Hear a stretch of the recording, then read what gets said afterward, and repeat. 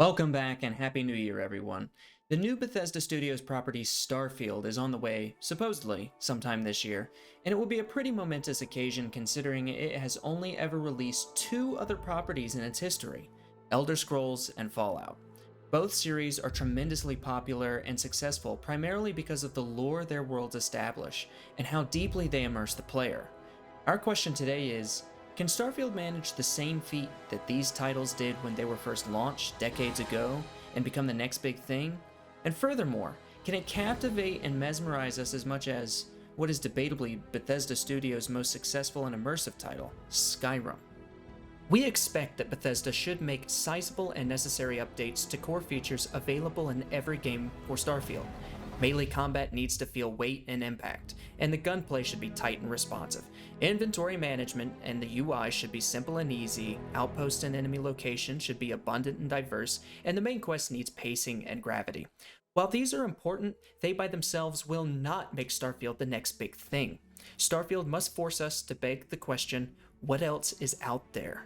Accomplishing that will require devotion to unique environments and hidden areas, developing lore and history within the game world, and finally, what we'll call the little things that make normal gameplay special. Take a good look at Skyrim. Did it have a top-tier combat system? Absolutely not. Did it have a world-class story? Hell no. Its inventory system wasn't even that great, and in some cases atrocious, for such a renowned RPG series. So why do we love it? Why did so many invest so much time making Skyrim the most modded game in history, not only to correct its flaws, but to also create more than what was originally intended for the game? Where does this magic come from? It's the sandbox, the ability to go anywhere and do anything at an unprecedented level. It's the atmosphere. It's the concept that the sandbox you're fooling around in and manipulating has been around for hundreds of years and will remain for hundreds of years after you're gone. These qualities immerse us far more than great combat or a compelling story by themselves ever could.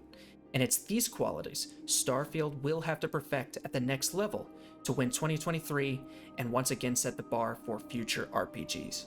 Starfield offers a new setting dedicated to space exploration, and there are many experiences, both familiar and unfamiliar to us, that Bethesda can utilize. What have we seen from other sci-fi media that we haven't been able to recreate in a sandbox game? Let's think about ships for a second. Ship-on-ship combat can be cool, but what if you could dock onto an enemy ship, invade it, loot it, kill its owners with the closest thing we have to a lightsaber without copyright infringement, and steal the whole ship? What about planting a bomb inside it and fighting your way back to your ship and undocking just in time to watch your enemy explode as you drift away to the next planet? It's this opportunity for creativity that has not yet been satisfied on a mainstream level, and Starfield could be poised to steal it. We want the assets and gameplay possibilities that grant us moments making us feel like Han Solo or Boba Fett. We need a sandbox game that gives us a little bit more of Star Wars or Star Trek flair, just as Elder Scrolls taps into that love for Lord of the Rings or Game of Thrones. If Bethesda is doing this right, there are so many other awesome things that they should be preparing for us. Will we really get a lightsaber copycat? Will we have futuristic visors that track information about NPCs we encounter, bounty hunter style? To what degree can we engage in ship combat within a planet's atmosphere? Could we drop bombs on an enemy outpost?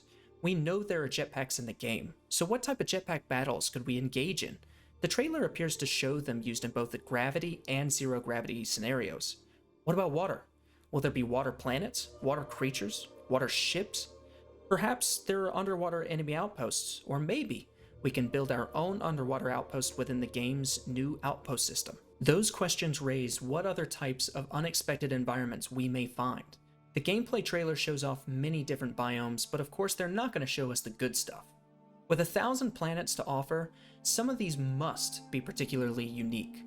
What if one planet was a giant, dimly lit horror game, where grotesque monsters only found on that planet hunted you? Of course, this planet must also provide some of the best loot in the game, too. Perhaps even that lightsaber. Another planet could be an Elder Scrolls Easter egg, containing the long-extinct continent of Tamriel. The point here is that the setting allows for virtually no limit on the unique environments and special interactions or discoveries we could have within them. It will, however, be key that in addition to the biomes and settings, the combat, loot, quests, and secrets remain diverse, interesting, and dense enough to reward and incentivize further exploration. These concepts contributed significantly to Skyrim's appeal. Think about the first time you discovered Blackreach, or Bard's Leap, or the Ogma Infinium, on your own without the main quest guiding you there. Starfield might be our next opportunity to capture that magic once more. Speaking of dense, let's talk about the cities of Starfield. We know there will be a few, but just how significant to exploration and gameplay will they be? The universe of Starfield is already big enough, but there is an opportunity to satisfy some of that lost Cyberpunk 2077 feel within the urban areas of Bethesda's next futuristic RPG. Can we explore the interior of multiple skyscrapers at multiple levels? What type of sandbox elements will be available for us here? It's tough to imagine the cities maintaining a super rich quest or random event environment without Starfield sacrificing the quality of gameplay on other planets. However, as small as the cities of Skyrim were, they managed to offer a ton of content without the rest of the rural world feeling bland. It's possible we could find ourselves engaged in foot chases through multiple floors of skyscrapers before jumping off a balcony and jetpacking to your ship before a target escapes. Or they might just offer a few extra quests than any other area of the game and be a bit of a letdown. In my opinion, the cities of Starfield are the biggest question mark of the game. But what is not in question is that all of the aforementioned traits regarding the locations and environments of Starfield must be present in order to retain that same magic that Skyrim exemplified. The lore and history of the universe in Starfield represents another big box to check off for Bethesda in their attempt to dominate the RPG gaming sphere. Both the Elder Scrolls and Fallout series absolutely crush this component of their games. With Starfield being the first game set in its world, it must excel at establishing lore and history. Their first objective beyond the main quest should be the many discoverable locations. Every location in Skyrim had a story, whether it was told by NPCs, books, notes left behind, or visual cues and objects placed in suspicious spots. These locations felt lived in and used. When they are combined together, they build a living world full of history. The locations in Starfield must be no different. Every planet and every outpost, either directly or indirectly, tell a story about how people arrived there, what they have been doing since, and where they're trying to go. How does the population of this universe fit in with the theme of what's out there? In tandem with the main quest, Starfield should establish an iconic, beloved presence and atmosphere just as Fallout and the Elder Scrolls have achieved for themselves. The main quest can elevate all the facets we've discussed so far too. All it has to do is create characters we grow to love, throw them into conflict, and let it play out. Don't rush the climax of the story. Let the tension build and allow the player to feel legitimately significant as they explore the universe, establish outposts, and make a difference in the conflict. Bethesda hints in the trailer that questions about alien life are central to the plot, and I think that is spectacular. It will play well with the extracurricular exploration and keeping the player guessing about what the next interesting discovery will look like. Perhaps Bethesda's main quests have the biggest room for improvement, but let's not forget about side quests. Normally the side quests of their games are awe-inducing, and they magnify the best traits of their open-world sandbox gameplay. Starfield definitely cannot drop the ball here. Do you remember the Forsworn conspiracy quest in Skyrim that had you solve a noir-style murder mystery in Markarth before throwing you into a prison mine and forcing you to orchestrate a breakout? What about the Walking Nightmare quest that challenged you to cure all the citizens of Dawnstar from their bedwetting night terrors originating from an ominous source located within a nearby mountaintop temple?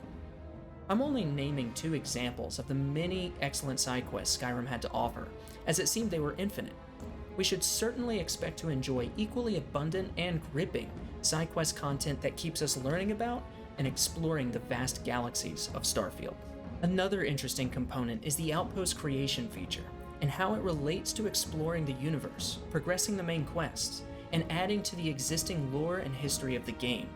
This is the window Bethesda can open to allow the player to feel as though they're very much a part of the world that is so well established, and that they are contributing to it. Perhaps the main quest will make use of how many outposts you create, and what type of production they provide to further the interest of the central plot, such as discovering or making use of alien technology. Outposts and their contribution to the story, in tandem with the main quests, side quests, and lore, will be paramount to giving Starfield its own unique feel and atmosphere. It's these qualities that enhance the raw gameplay experience. Even if the gameplay is excellent, without the right atmosphere and weight of the world, that gameplay feels useless. Your gameplay simply isn't rewarding because at the end of your victorious fight, you are rewarded with a world you don't care to fight in anymore. Skyrim succeeded in making you feel like a small part in a giant living world that you couldn't help to explore and fight in, and Starfield should make us feel similarly, albeit in a grand open universe. Last but surely not least are the little things. The tiny details that make a game feel loved. The intricacies that make a game feel like it actually matters, and it isn't just another line in a long list of business transactions. Many developers are notably good at including these components in their games, Rockstar, Insomniac, and CD Projekt Red, just to name a few. Bethesda was no exception with Skyrim.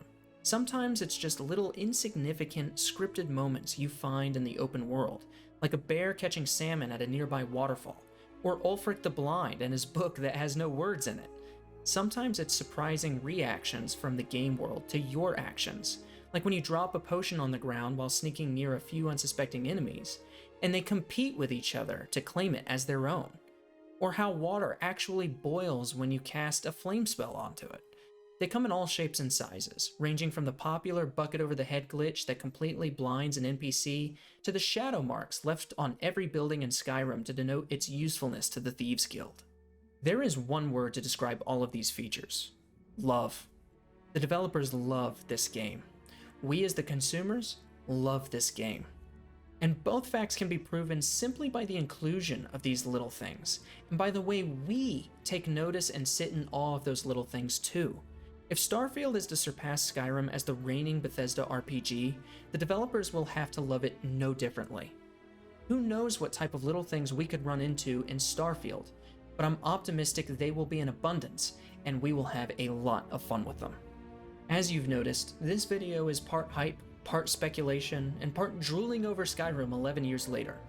I do love Skyrim, and I really enjoyed Fallout 3 and 4 too, but I do have hype for Starfield because it's fun to speculate about what Skyrim and Fallout in a colonial space setting really looks like in the minute details. Many are arguing that Starfield might fail because it will spread itself too thin, or that its gameplay formula is just too bland. Perhaps it'll launch similarly to No Man's Sky. Perhaps Bethesda just isn't the same as it once was, since Fallout 76 was an apple far from the tree of its predecessors. I personally believe Bethesda and Todd Howard have had plenty of time to analyze the failures of these games and the successes of titles like Skyrim and Fallout 3. Starfield doesn't need the best gunplay, or a God of War Ragnarok level main quest, or a skill system differing significantly from their other games. If those elements are present, great. But what will define this game is the same as what defines Skyrim. It lies purely in the world building, the intricacy and surprises of the side quests, the depth of the lore and the history, the hidden areas and the locations that shock your expectations of what the game is and raise your curiosity about what else lies beyond. The elements that force you to ask yourself, what else is out there? And beg you to go find the answer. Thank you everybody for watching. I cannot wait to play Starfield on the channel when it finally comes out, and I hope you're pumped for the game too. If you enjoyed the video, please leave a like, and if you didn't, a dislike, and if you'd like to see more content like this, well, maybe subscribe. Leave a comment down below as well to let me know what you are and are not looking forward to when Starfield does arrive. But until next time guys, take care.